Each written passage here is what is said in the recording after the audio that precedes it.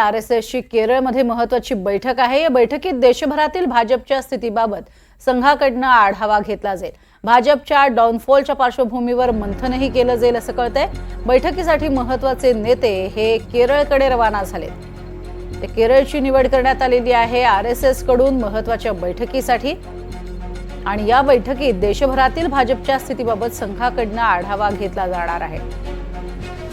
भाजपच्या डाऊनफॉल संदर्भात सुद्धा मंथन होईल असं कळतंय। रामराजे शिंदे आमचे प्रतिनिधी आपल्या सोबत आहेत। रामराजे, काय विशेष माहिती या सगळ्या बातमी संदर्भातली आणि सगळ्यात महत्त्वाचं केरळची निवड बैठकीसाठी का केली?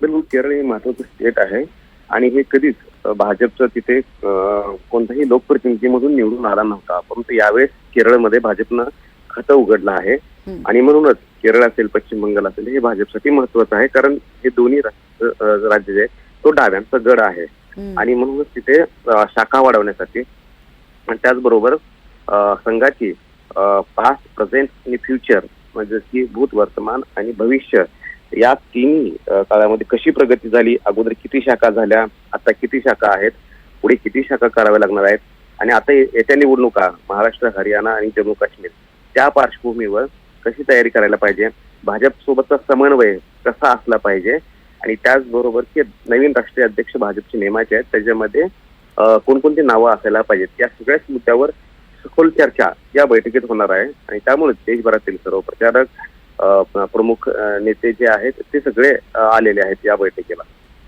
नक्कीच, तुर्तास धन्यवाद या संपूर्ण माहितीसाठी।